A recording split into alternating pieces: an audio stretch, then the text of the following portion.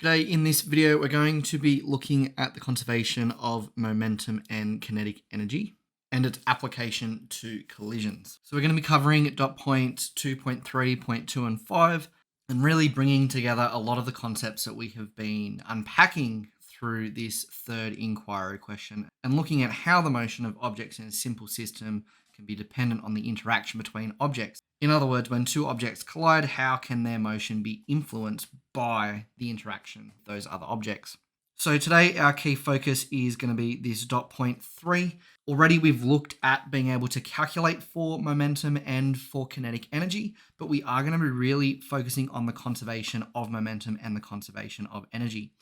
We have talked about the conservation of kinetic energy a little bit already and the idea that we can talk about transformation as a way to lose energy. However, we are going to build on our understanding of momentum today and look at the idea that momentum, a lot of the time in a collision, is something which is conserved when two objects do collide. To be able to effectively analyze what's happening in a collision, we'll also have to unpack dot point 5, which requires us to focus a little bit more explicitly on distinguishing between elastic and inelastic collisions.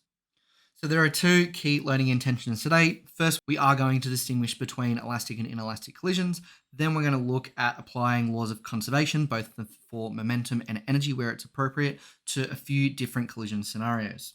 So let's have a look at elastic and inelastic collisions. Firstly, in an inelastic collision, we're looking at the idea that energy is being lost in the collision due to heat, sound, or something like that. There's a transformation of energy into another form.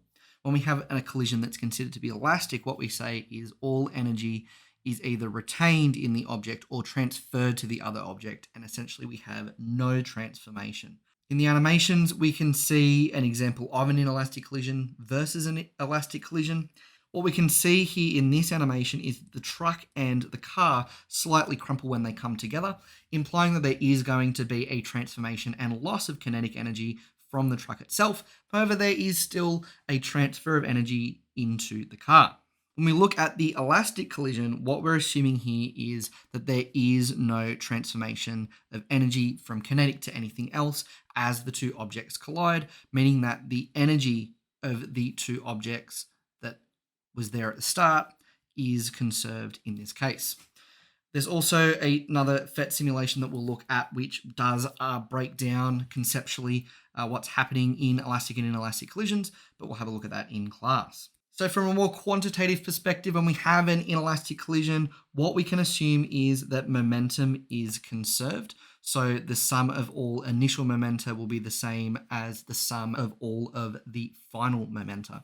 However, because there is going to be energy lost, that implies that kinetic energy is not conserved. We will still have a conservation of energy. All of the total energy that we had at the beginning will end up going somewhere, but not all of it will remain as kinetic energy. Therefore, the initial kinetic energy will not be the same as the final kinetic energy. On the flip side, when we look at elastic collisions, what we can say is that not only momentum is conserved, but also the kinetic energy is conserved as well, meaning that the kinetic energy of all objects at the beginning will equal the kinetic energy of all those objects at the end, thus implying that there is no transformation into any other energy form. Realistically, this is not something that actually really happens in practice. We can always assume that there is going to be some degree of energy loss somewhere in most scenarios. However, in those scenarios where there is a really low amount of energy transformation, we can always make the assumption that the collision is perfectly elastic, which means that we can get a pretty good estimate for whatever we're trying to find when conducting some analysis for collisions. So for this video, I'm going to look at doing 3 separate worked examples for 3 different collisions. And in those processes, I'm going to be showing you some really key mathematical concepts that you will need to apply in collision style scenarios. The first problem will be an inelastic collision, and we'll just be looking at that collision in one dimension. We'll then also do an elastic collision, and I'll show you how to use some vector analysis to be able to calculate variables in that scenario. And then finally, we will look at another elastic collision. It will be in one dimension, but in this case, we're going to have 2 missing velocities at the end. So not only will you have to calculate the resultant velocity of one of the objects, but you'll actually have to do it for both, when we have two variables that are missing, we generally use simultaneous equations as a strategy to be able to find one. And I'm going to show you how you can do that in one of those scenarios. So for our first question today, we're looking to try and determine what the result will be if we had an inelastic in one dimension. Here we have a car 1.4 tons and a bus 12 tons collide head on and move as one mass after they've actually collided. We're told that both vehicles are traveling at 50 kilometers per hour, and we're to calculate the combined velocity of the two vehicles once they've actually hit each other and collided together. So the first thing that I'm going to do is draw up a little bit of a diagram which represents all the things that are written in that question, as well as include a data column with all of our relevant information.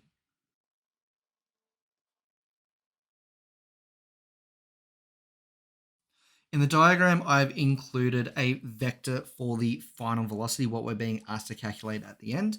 Now, considering the significantly larger mass of the bus, I'm going to assume that the resulting velocity is going to be going in the same direction. However, we do not know what that magnitude is going to be. Now, in my data column, what I've written first is all of the masses and initial velocities. However, I have done some conversions while I'm at it. So I put everything into SI units. So the masses are in kilos.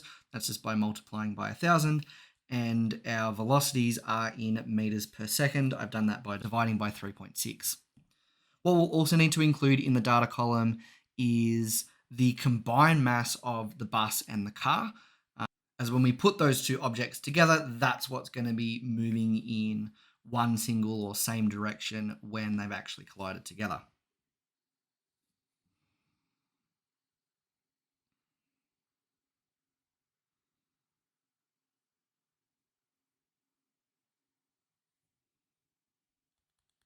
So based on the information that we've been given, the fact that the two vehicles sort of combine when they collide implies that we have an inelastic collision. In other words, when the two vehicles come together, some of this energy is going to be transformed into other forms. That does mean, though, that we can still assume that momentum is being conserved and that the sum of all initial momenta is going to be the same as all of the final momenta.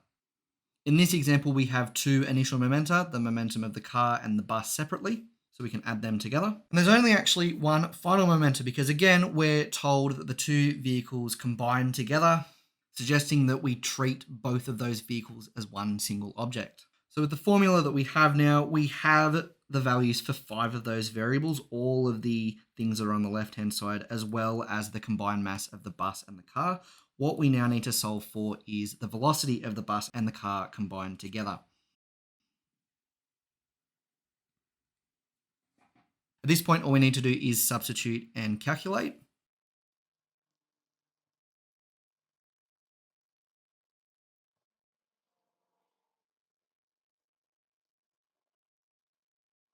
So here our final result is that the bus and the car will travel negative 11 meters per second.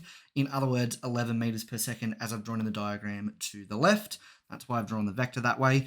Note that we do get a negative value here, and that is because at the beginning, we define the velocity of the car as positive and the velocity of the bus as negative. Because once the collision has happened, the bus and the car are traveling in the same direction as that bus, the polarity of the value should match.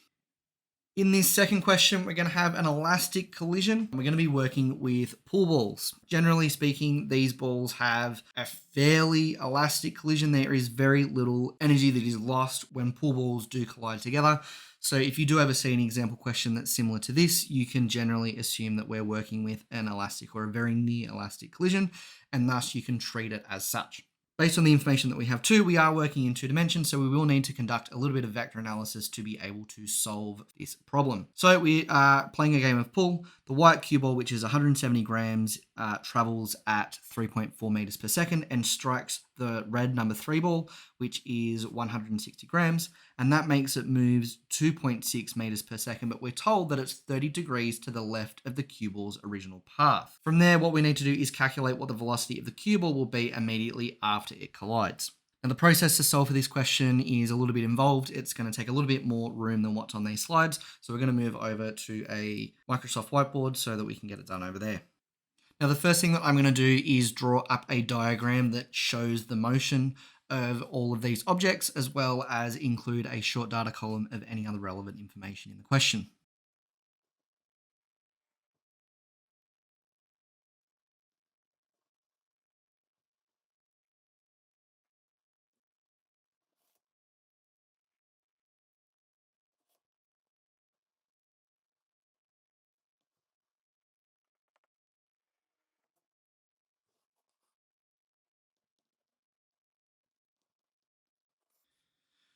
Based on the diagram that we have, we're working here in velocities, initial and final velocities. I think at this point it'd be really easy to fall into the trap of immediately working with some vector analysis. However, this isn't going to tell us the full story. And that's because for a question like this, we really need to be focusing on the idea that we have a collision and we need to be focusing on momentum. Core reason why vector analysis with our velocities here will not work is because the masses of the balls in particular are not the same, and we're also looking at the velocities of two different objects. So here again, we need to focus on the conservation of momentum. Now for this collision, we are assuming as always that there is a conservation of momentum here.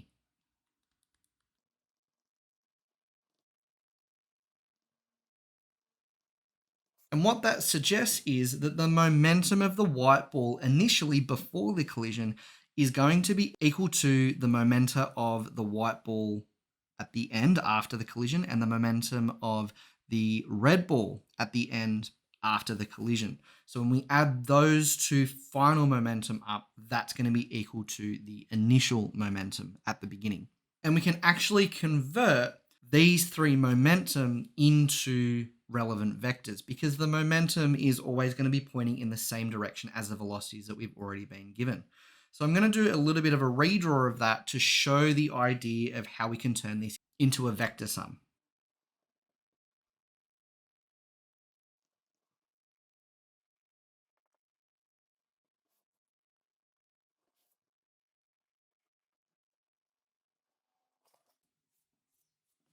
So this should really start to be looking like a really simple vector sum. That if we take the final momentum of the red and the white ball and add them together, that's going to give us the momentum of the white ball initially. Effectively meaning that we are about to construct a vector triangle. If we're about to do that, then we will need to know what all of the side lengths are that represent each of those momentum. Because we don't have any of those values, we will need to calculate for momentum. So we will need to keep in mind that the momentum, P, is equal to mv, the mass times the velocity.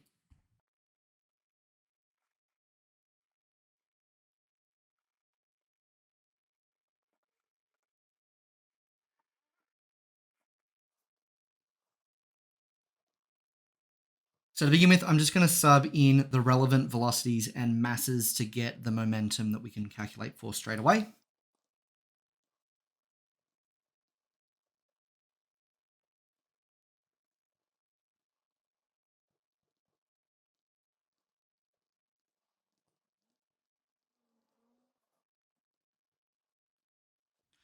So our final momentum here, our PWF, is unknown. And that value is actually going to help us to address the crux of the question, which is we need to find the velocity of the cue ball immediately after collision. So once we know the momentum of the white ball immediately after collision, we can calculate for velocity. So towards the end of this question, we will need to use that formula as well. So if PWF is equal to MW times VW, we can then rearrange and solve for V. So at the moment, we won't be using that formula. We will need to calculate for PWF first, but we're going to keep that up the top as a note because we will need to use that a little bit later. What we will need to do first, so to be able to calculate for PWF, what we will need to do is some non-right angled trigonometry. When reflecting on the values that we do have and the values that we don't have, I can see here that we have an angle side pair where the side is unknown, as well as the other two side lengths of the triangle, suggesting to me that cos rule would be a really good solution here. In this instance, our known momentum are our A and B, and our C angle side pair represent the 30 degrees and the unknown momentum, making it really easy to solve for C here simply by square rooting both sides.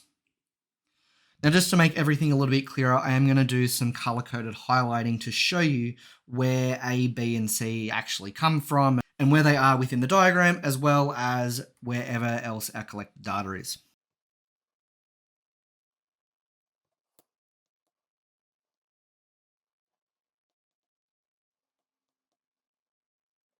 So at this stage, all we need to do is substitute and calculate.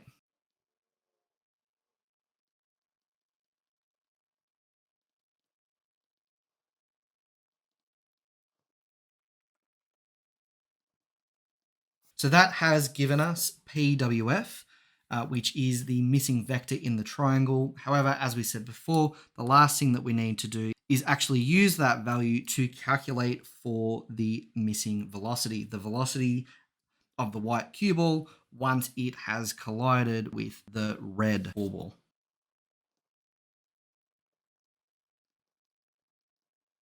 And there we go. Through our working, we've been able to calculate for VW. The way that we did that was draw up all of our vectors that were being described as velocities in the example and translating that into more of a vector concept that was reflective of the original vector diagram. We then needed to calculate for our known momenta and make sure that they all fit in our vector diagram that we put together. We were then able to use cos rule to be able to calculate for PWF. And once we had PWF, we were able to solve for the unknown velocity, substitute in, and get our final value there, which is 1.771 meters per second. However, this solution should be to two significant figures based on the data that we were given. So I'm going to be answering that as 1.8 meters per second. And that will be our final answer. In this last question, we're going to be looking for the result of an elastic collision in one dimension. However, there are going to be two missing velocities. So we have a blue ball, which is 3 kilos, traveling at 1.6 meters per second. It strikes a purple ball, which is 2.8 kilos, which is currently at rest. Both balls, when they collide, travel parallel to the initial path of the blue ball. That's what makes this problem a one-dimensional problem. We're being asked to calculate the resulting velocity of both balls if the collision is completely elastic. In this case, what that means is we're going to be using the conservation of kinetic energy, not just the conservation of momentum to solve. The reason why we need both conservations of energies is we actually need to do a simultaneous equation solution in this instance to solve for one of the unknown variables first so that we can then resubstitute it into a calculation and solve for the other. Now, using the conservation of kinetic energy with all of those half mv squareds can be a little bit taxing, can take a lot of writing, and there's a lot of room for error. Something interesting though is that when you actually look at combining the conservation of kinetic energy and the conservation of momentum in elastic collision, you can actually come up with this really neat equation that has been written here, and that is that u1 plus v1 is equal to u2 plus v2. I don't have time to run through that whole proof of deriving where this shortcut comes from. There's a fantastic Khan Academy video which is here that's also not just in the slides but in the description of this video, which I strongly recommend you take the time to watch because it will, I guess, shed light on where this equation actually comes from. But I will be using this equation in the solution for this worked example. So for this question, what I'm going to be doing as usual is drawing out a diagram and extracting any relevant information from the question.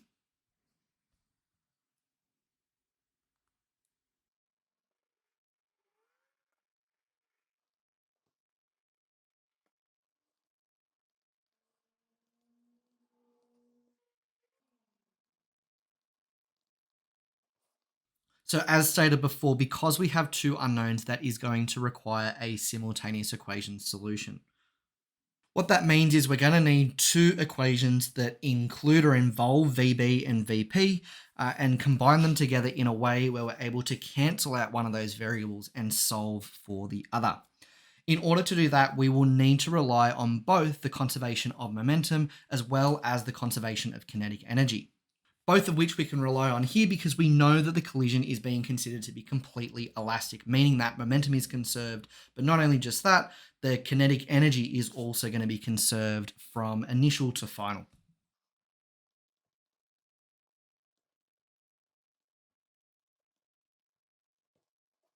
So for this first equation, on the left-hand side, I have a value that I can calculate for by multiplying 3 and 1.6.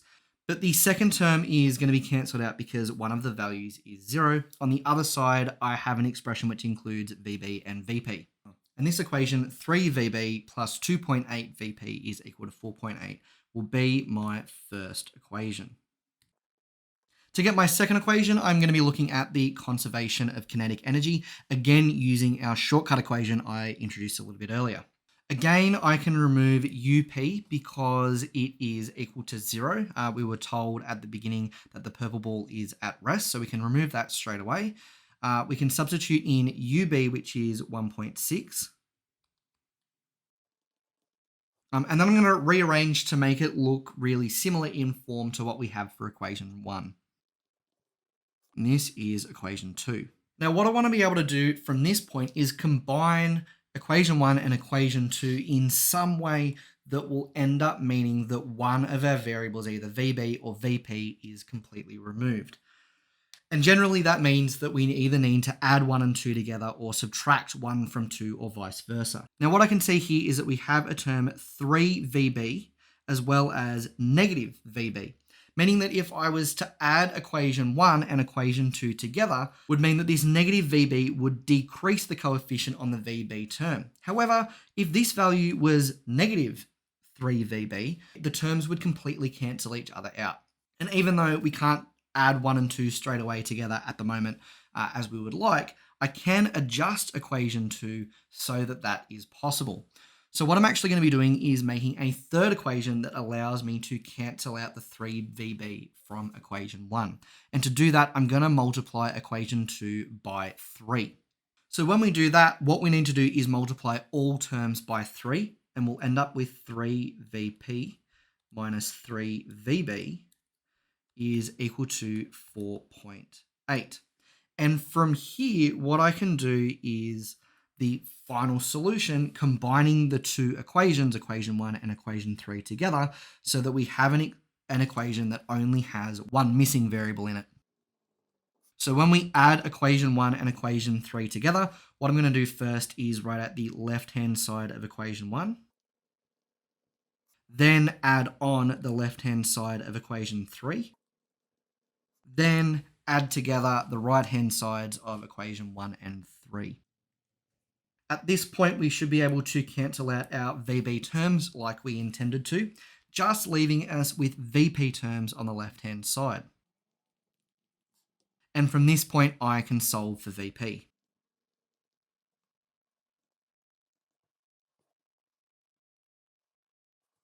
So just reflecting on the question that we have and where we've gotten to so far, we've had two balls collide, B and P. They've collided in a completely elastic way, which means momentum and kinetic energy are both conserved. The blue ball was traveling at 1.6 meters per second. The purple ball was at rest. And what we're being asked to do is calculate the final velocities of both of those once the collision has actually happened. And what we've been asked to do is calculate for the velocity of both of those balls immediately after that collision has happened.